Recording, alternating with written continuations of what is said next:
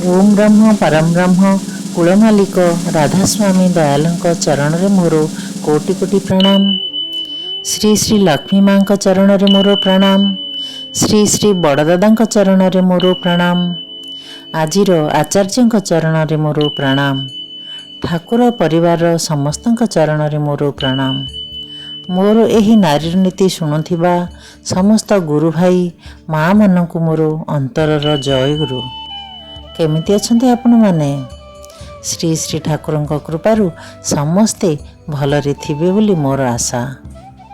ଆଜି ଆମେ ଶ୍ରୀ ଶ୍ରୀ ଠାକୁରଙ୍କ ଶ୍ରୀମୁଖ ନିଃସୃତ 120 ବାଣୀ ମୁଁ ଆପଣମାନଙ୍କ ଆଗରେ ତୋଳି ଧରିବି। ଭୁଲ ଥିଲେ ସୁଧାରି ନେବେ। ଆଉ ଯେଉଁମାନେ ସବସ୍କ୍ରାଇବ୍ କରିନାହାନ୍ତି ସବସ୍କ୍ରାଇବ୍ କରିଦିଅନ୍ତୁ। ବେଲ୍ ଆଇକନ୍ ବି ଦବାନ୍ତୁ। ବେଲ୍ ଆଇକନ୍ ଦବାଇଲେ ମୋର ଯେଉଁ ମୁଁ ନାରୀନୀତି ଆପଣଙ୍କୁ ଶୁଣାଉଛି ପ୍ରଥମେ ଯାଇ ଆପଣମାନଙ୍କ ପାଖରେ ପହଞ୍ଚିବ। ଆଉ କମେଣ୍ଟ ବି କରନ୍ତୁ, ସେୟାର ବି କରନ୍ତୁ, ଯେମିତି ଏହି ନାରୀନୀତି ବାଣୀ ସମସ୍ତଙ୍କ ପାଖରେ ପହଞ୍ଚୁ। ପ୍ରତ୍ୟେକ ମା' ସବୁ ତ ଆମେ ମା'ଙ୍କ ପରି ହେଇପାରିବାନି। ମା'ଙ୍କର ପାଦର ଧୂଳିର କିଞ୍ଚିତେ ଯଦି ଆମ ମାଇଣ୍ଡରେ ରହିଲା, ଆମ ମସ୍ତିଷ୍କରେ ରହିଲା, ଆମେ ଆମ ପରିବାର ଭିତରେ ତାହା ଫୁଟେଇ ପାରିଲେ ତ ଆମେ ସୌଭାଗ୍ୟବତୀ ହେଇପାରିବା। ଏଇଟା ହିଁ ମୋର ପ୍ରୟାସ। ସେଥିଲାଗି ପ୍ଲିଜ୍ ସେୟାର ବି କରନ୍ତୁ, କମେଣ୍ଟ ବି ଦିଅନ୍ତୁ।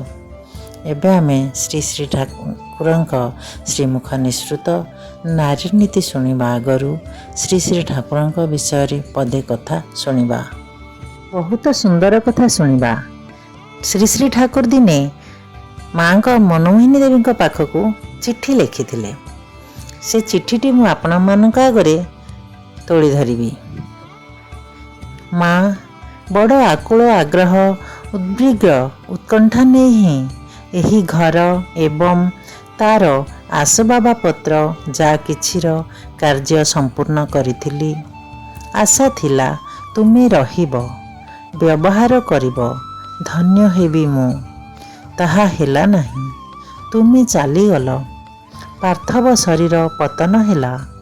ମୋର ହତଭାଗ୍ୟ ଅଦୃଷ୍ଟ କାଳର ନିଷ୍ଠୁର ଶ୍ଳସ ମଳିନ ଧିକ୍କାରରେ ମୃତ୍ୟୁ ପରି ଜୀବନ୍ତ ହୋଇ ରହିଲା।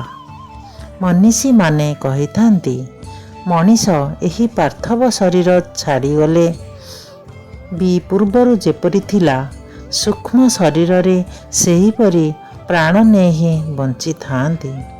ପୁଣି ଜାତିସ୍ମର ହୋଇ ନା କ'ଣ ସେହି ମଣିଷ ଜନ୍ମ ହୋଇପାରେ?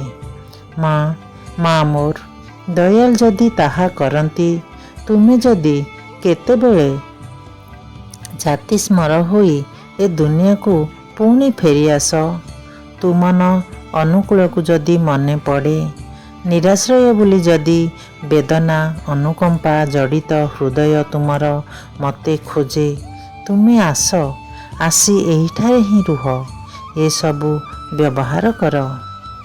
ତୁମର ହିଁ ହତଭାଗ୍ୟ ଦିନ ସନ୍ତାନ ଅନୁକୂଳ। ଦେଓଘର ଆଶ୍ରମ ମେମୋରିଆରେ ସଂରକ୍ଷିତ ଆଲାରୀ ଉପରେ ପ୍ରଦର୍ଶିତ ହୋଇଥିବା ଶ୍ରୀ ଶ୍ରୀ ଠାକୁରଙ୍କ ପ୍ରାଣ ବିଗଳିତ ପରିଭାଷା। ଏବେ ଆମେ ଶ୍ରୀ ଶ୍ରୀ ଠାକୁରଙ୍କ ଶ୍ରୀମୁଖ ନିଃସୃତ ନାରୀର ନୀତିର 120 ବାଣୀ ମୁଁ ଅମିତା ଆପଣମାନଙ୍କ ଆଗରେ ତୋଳି ଧରିବି। ନାରୀର ନୀତି 120 ବାଣୀ। ସ୍ୱାମୀ ପ୍ରତିଷ୍ଠାରେ ଗୁରୁଜନ ସେବା। ସ୍ୱାମୀଙ୍କର ଯଦି ଉନ୍ନତି ବା ପ୍ରତିଷ୍ଠା ଚାହଁ, ତେବେ ତୁମର ଶାଶୁ ଶ୍ୱଶୁରଙ୍କ ସେବାରୁ କେବେ ହେଲେ ବିମୁଖ ହୁଅନା। କାରଣ ସେମାନେ ସେହିମାନେ ହିଁ ଯେଉଁମାନଙ୍କ ନିକଟରୁ ତୁମର ସ୍ୱାମୀ ଉଦ୍ଭୂତ ହୋଇଛନ୍ତି। ଆଉ ସେହିମାନେ ହିଁ ତାଙ୍କର ଆଦିମ ମଙ୍ଗଳକାମୀ। ଯଦିଓ ଏ କାମନା ଭିତରେ ମଧ୍ୟ ଭ୍ରାନ୍ତ ଥାଇପାରେ। ସ୍ୱାମୀ ଯଦି ଭ୍ରାନ୍ତ ହୋଇ ଏଥିରୁ ଅନିଚ୍ଛୁକ ବି ହୁଅନ୍ତି, ତାହା ଉଲ୍ଲଙ୍ଘନ କରି ସେମାନଙ୍କ ସେବା କରିଲେ ମଙ୍ଗଳ ହିଁ ହେବ। ଶ୍ୱଶୁର ଯଦି ଭ୍ରଷ୍ଟାଚାର ସମ୍ପନ୍ନ ବି ହୁଅନ୍ତି, ତଥାପି ତାଙ୍କର ସେବା ବିମୁଖ ହୁଅ ନାହିଁ। ବରଂ ସହଚର୍ଯ୍ୟରେ ବିରତ ରୁହ, ଦେଖିବ ମଙ୍ଗଳକୁ ହିଁ ଉପଢଙ୍କନ ପାଇବ। ବାଣୀ ସଂଖ୍ୟା 120। ପୁଣି ଥରେ ସ୍ୱାମୀ ପ୍ରତିଷ୍ଠାରେ ଗୁରୁଜନ ସେବା।